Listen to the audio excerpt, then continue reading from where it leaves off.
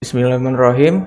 Assalamualaikum warahmatullahi wabarakatuh. Perkenalkan, kami dari kelompok 1 yang beranggotakan saya sendiri Muhammad Faiz dengan NPM 2017051007. Yang kedua ada Alifan Renaldi dengan NPM 2017051044. Yang ketiga ada Azahra Nabilawe dengan NPM 2057051020. Pada kesempatan kali ini kami bertujuan untuk mewawancara dengan aplikasi yang insya Allah akan kami buat dengan judul aplikasi Stop Cheating. Lalu kami akan menanyakan beberapa pertanyaan kepada Kak Rio. Pertanyaan yang pertama dari saya dulu. Apa yang Anda ketahui tentang berbuat curang atau mencontek itu? Baik, saya izin menjawab. Untuk menyontek ini sendiri adalah melakukan ketidakjujuran atau tidak fair dalam rangka memenangkan atau meraih keuntungan untuk diri sendiri terutama. Salah satu faktor yang menyebabkan siswa atau orang lain dalam menyontek adalah ketidakpercayaan diri.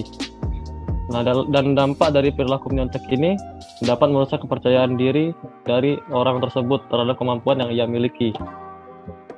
Nah, upaya yang dapat dilakukan konselor yaitu melakukan bimbingan kelompok atau perorangan dan membahas tentang perilaku seseorang dalam mengerjakan tugas atau ujian tertentu, baik itu di sekolah, di perguruan tinggi, maupun di tempat lain ataupun instansi lain, dan juga merupakan suatu penipuan atau melakukan perbuatan tidak jujur.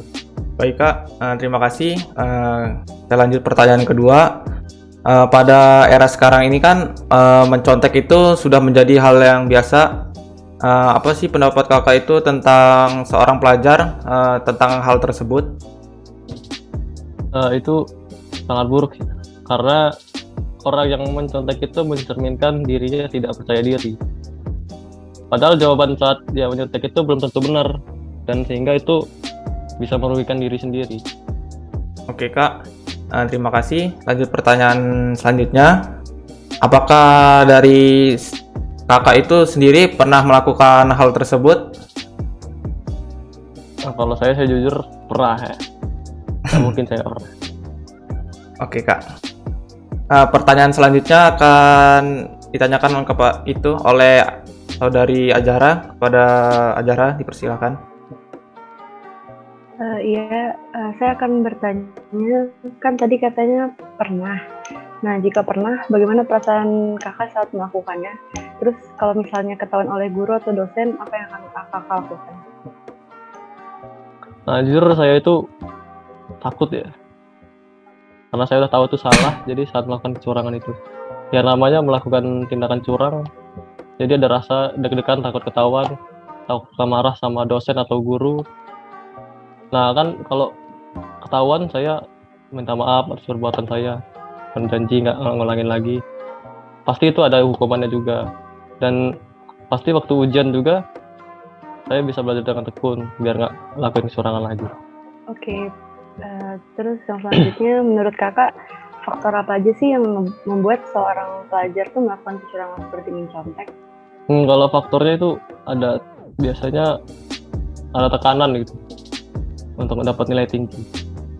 Jadi dasarnya setiap orang itu memiliki keinginan yang sama, pengen dapat nilai tinggi, nilai yang bagus kan, yang sempurna, biar bisa dibanggai sama orang tuanya.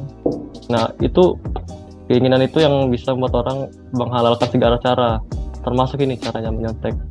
Terus yang kedua itu untuk masalah tugas, itu kurang waktu dia untuk ngerjain tugas. Pelajar yang kayak kita sekarang ini kadang dapat tugas yang bersamaan, terus waktunya juga sebentar. Nah, ada di antara kita yang waktunya sedikit, jadi nggak bisa bagi waktu, terus dia nyontek temennya. Lalu ada yang ketiga ini, ada iri sama nilai yang temennya yang lebih tinggi, yang lebih pintar dari dia. Nah, karena iri, pastinya dia yang malas-malasan ini dalam ngerjain tugas atau ujian, jadi dia ngelakuin kecurangan sama temen-temennya. Dia dapat nilai yang sama kayak temen yang lebih pintar dari dia. Oke. Pertanyaan selanjutnya, jika kakak mengetahui ada orang terdekat, teman kakak sendiri melakukan hal tersebut, apa yang akan kakak lakukan? Untuk saya sendiri, kalau saya ngeliat curangan, saya pasti negur ya baik-baik karena saya juga pernah lakuin. Supaya biar dia ingat kesalahannya. Tapi kalau dia tetap nggak mau dengerin, biar guru ataupun dosen yang ngasih teguran sendiri. Oh iya, oke, baiklah. Pertanyaan selanjutnya, saya serahkan kepada Alifan. Dipersilahkan. Oke, baik. Pertanyaan selanjutnya, jika di masa yang akan datang akan ada aplikasi berupa stop cheating nih Kak, bagaimana pendapat Kakak, apakah akan sangat berpengaruh kepada para pelajar? Untuk aplikasi stop cheating ini bisa sih berpengaruh, akan berpengaruh malahan karena bisa membantu menghilangkan kebiasaan buruk seperti itu dan bisa membangun kepercayaan diri dari siswa. Oke, terima kasih Kak. Ke pertanyaan selanjutnya, setelah Kakak mendengar penjelasan mengenai ide perangkat lunak yang sedang kami kembangkan, bagaimana pendapat Kakak? Untuk menurut saya sendiri, ini adalah ide perangkat lunak yang sangat bermanfaat karena dapat membantu para pelajar serta instansi pendidikan tertentu dalam menanggulangi pencontekan. Oke, terima kasih Kak atas jawabannya. Ke pertanyaan selanjutnya, dari skala 1 sampai 5, berapa nilai yang Kakak berikan kepada aplikasi kami sebagai seorang pelajar untuk ide perangkat lunak yang sedang kami kembangkan? Lalu kira-kira ada kritik, saran atau masukan nggak Kak? Saya bisa beri nilai 5 dan saran dari saya, semoga perangkat lunaknya dapat lebih dikembangkan dan dimatangkan menjadi lebih baik lagi dan fiturnya lebih dikembangkan lagi. Terima kasih. Oke, terima kasih Kak atas jawabannya. Saya serahkan kepada Muhammad Faiz. Dipersilakan. Baik Kak, terima kasih atas jawaban-jawaban yang telah Kakak berikan kepada kami. Apabila kami terdapat kesalahan, mohon maaf. Wabillahi taufiq walhidayah. Wassalamualaikum warahmatullahi wabarakatuh.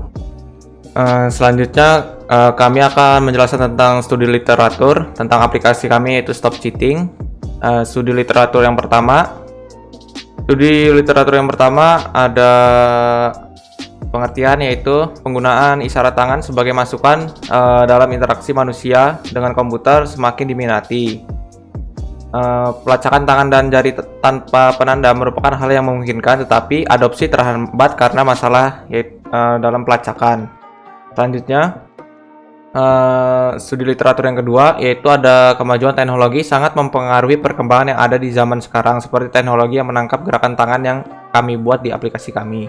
Selanjutnya, studi literatur 3, yaitu tentang pengertian mencontek. Mencontek merupakan suatu tindakan ketidakjujuran atau tidak fair. Dan selanjutnya akan dijelaskan oleh Saudari Azahra. Kepada Azahra, dipersilakan. Studi literatur keempat yaitu pendeteksi pergerakan manusia sangat erat hubungannya dengan ilmu teknologi bidang fisik komputer yang mempunyai kemampuan untuk melihat dan mengenali suatu citra. Literatur kelima yaitu melaporkan pengembangan perangkat antarmuka tangan ke mesin yang menyediakan informasi gerakan, posisi, dan orientasi, seperti perekaman aktivitas sistem hand gesture. Literatur keenam yaitu mesin-mesin ini memiliki rangkaian listrik dan bagian mekanis yang perlu dikalibrasi dengan teliti agar mendapatkan reproduksi suara seakurat mungkin. Seperti contohnya meminimalisir keberadaan HP yang pada umumnya berbentuk kotak, moderate warning. Yang selanjutnya akan dijelaskan oleh Alifan. Selanjutnya literatur 7, pelacakan gerakan tangan head tracking adalah metode yang digunakan untuk melacak pergerakan tangan dalam sebuah rangkaian frame video. Literatur yang ke-8 adalah prinsip kerja face recognition. Sebenarnya sangat sederhana dan mudah dimengerti. kamera dan kecerdasan buatan akan melakukan scan wajah terhadap orang-orang secara mendetail. Literatur 9 adalah perilaku mencontek merupakan suatu perbuatan atau cara-cara yang tidak jujur dan menghalalkan segala macam cara mahasiswa atau pelajar untuk mencapai nilai tinggi. Yang ke-10 adalah pengenalan gestur atau gesture recognition adalah untuk mengenali makna dari ekspresi gerakan manusia termasuk di dalamnya tangan, lengan, wajah, kepala, dan atau tubuh. Sekian penjelasan dari kami. Lebih kurangnya mohon maaf. Wassalamualaikum warahmatullahi wabarakatuh.